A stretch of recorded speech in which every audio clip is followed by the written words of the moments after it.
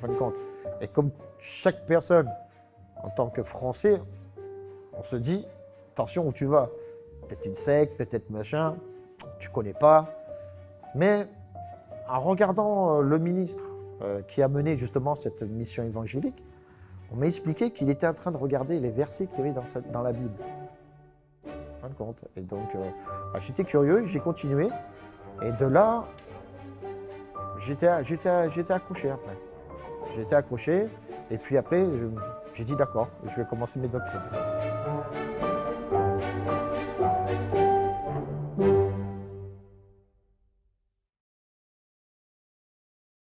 Donc, je m'appelle Philippe Pichon, j'ai 55 ans. Je suis né à La Tronche dans le 38 dans l'Isère. C'est une ville qui est à côté de Grenoble. Et j'ai grandi à La Ciotat, à côté de Marseille, dans le sud de la France.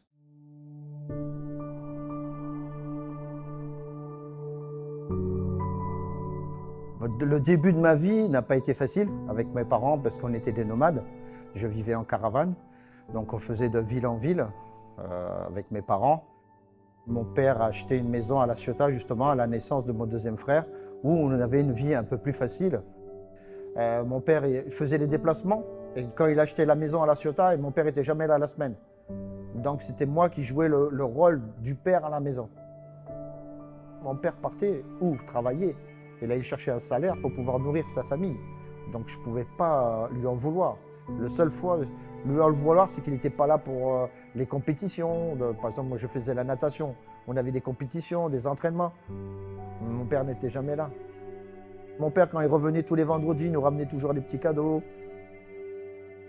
Dans ma jeunesse, donc, j'ai grandi, on va dire, entre l'école et le travail. J'ai préféré aller travailler à partir de 16 ans, parce que des études, c'était pas pour moi, donc je préférais travailler.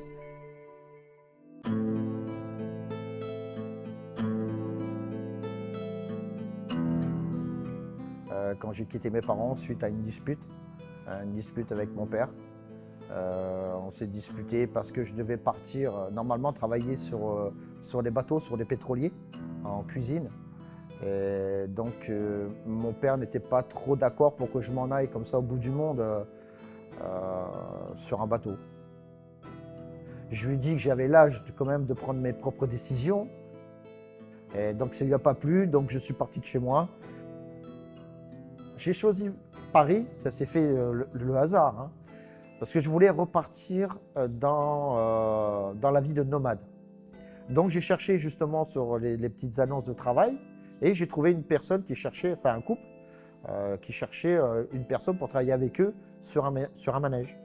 Et c'est de là que je suis parti en région parisienne pour travailler sur les fêtes de la région parisienne.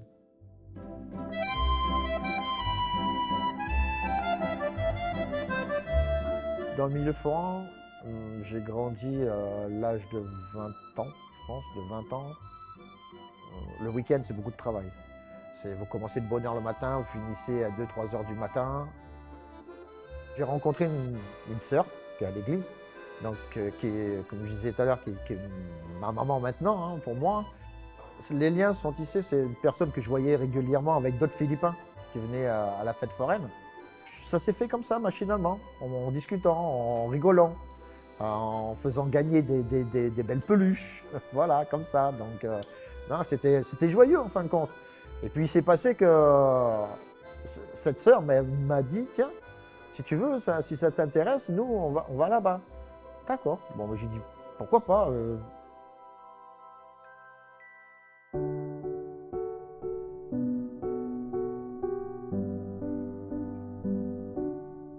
Donc, on m'a traduit certaines choses avec les gens avec qui j'étais. Et ça s'est fait que je trouvais ça curieux quand même. Je ne savais pas Dieu, oui. Un ministre exécutif, je ne connais pas. C'était vraiment le néant pour moi. C'était vraiment, je ne comprenais pas comment était faite cette église. Et comme chaque personne, en tant que Français, on se dit, attention où tu vas. Peut-être une secte, peut-être machin, tu ne connais pas. Mais en regardant le ministre qui a mené justement cette mission évangélique, On m'a expliqué qu'il était en train de regarder les versets qu'il y avait dans la Bible. Donc je me suis dit, c'est quand même bizarre. Et je me suis aperçu que c'était un jeu de questions-réponses en fin de compte. Et c'est vrai, comme on nous explique, c'est que tout était basé dans la Bible.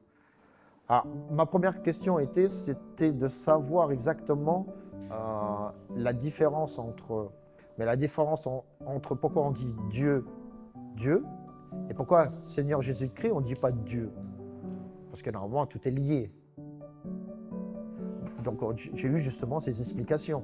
Et que, par exemple, Jésus-Christ, il fait de chair et d'os. Donc on vous explique tout ça dans la doctrine.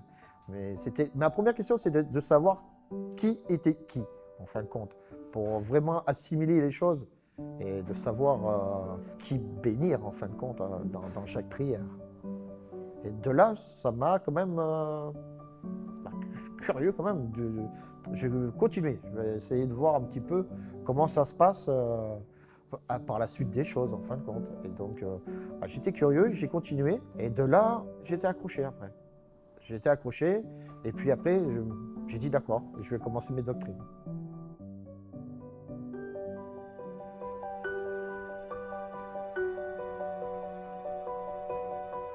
Alors tout à fait. J'ai eu la chance, donc, dans le local de Paris, d'avoir des personnes qui m'ont soutenu. Que jamais personne dans ma vie m'a soutenu. Vu comment j'ai grandi, qu'on m'a toujours laissé à l'écart, qu'on m'a toujours, par exemple, la vie de nomade, j'étais tout seul quand j'ai grandi, tout seul à Paris. Et là, ce ne sont pas les Français, ce ne sont pas ma famille, et on m'a soutenu. À l'époque, quand j'ai commencé l'église, il n'y avait pas de ministre. C'était, je me rappelle, c'était comment on appelle ça, un poste où on mettait les cassettes. On avait le ministre une fois tous les 2 mois, je crois. Et c'est un ministre qui venait d'Allemagne, qui venait faire les doctrines, justement, quand il passait à Paris, en fin de compte, à peu près, je crois, oui, c'était tous les 2 mois. Franchement, je voulais en savoir un peu plus. Et de là, on s'est dit, allez, il faut que j'aille aux Philippines. Parce qu'il n'y a pas de ministre qui parle français ici. Je n'y arriverai pas. Et puis ça va durer, si on a un ministre tous les 2 mois, ça va être très compliqué. Donc j'ai pris la décision de partir aux Philippines.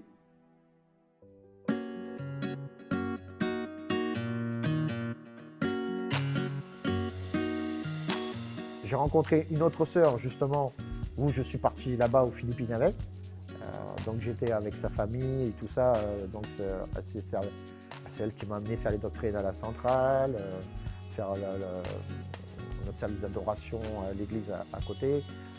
C'est pour ça. Après, c'est elle qui m'a dirigé dans le droit chemin, en fin de compte. C'est elle qui m'a dit, on va aller aux Philippines, tu vas faire ta doctrine là-bas. Alors, la première fois que je suis arrivé aux Philippines, il faut savoir que je n'avais jamais mis les pieds à l'étranger. La première fois que je prenais l'avion, vraiment l'aventure.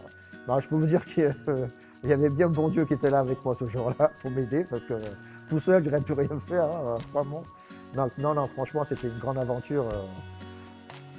On va dire humaine aussi, parce que j'ai connu des gens. Franchement, bien. Alors, la première fois que j'ai été à la centrale pour faire mon premier jour de doctrine, déjà, quand vous prenez les jeeps là-bas, les taxis aux Philippines, pas de clim, bien sûr.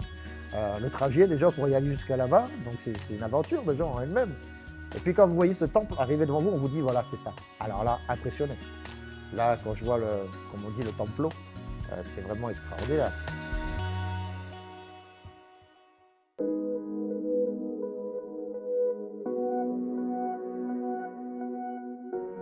Alors, j'ai été, justement pour le baptême, c'est ce que je disais, je préférais faire ma doctrine aux Philippines pendant 4 mois avec un ministre. Il parlait plusieurs langues, donc il parlait le français.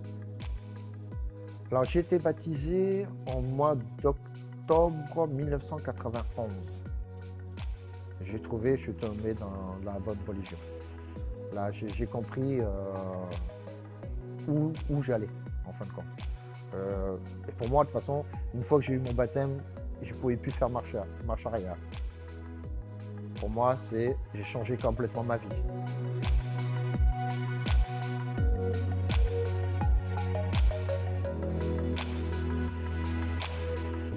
grâce à l'Église du Christ, j'ai pu avoir une vie droite.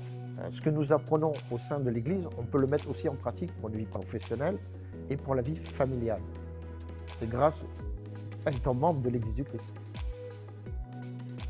Je suis complet, tout ce que j'ai eu, c'est grâce à Dieu.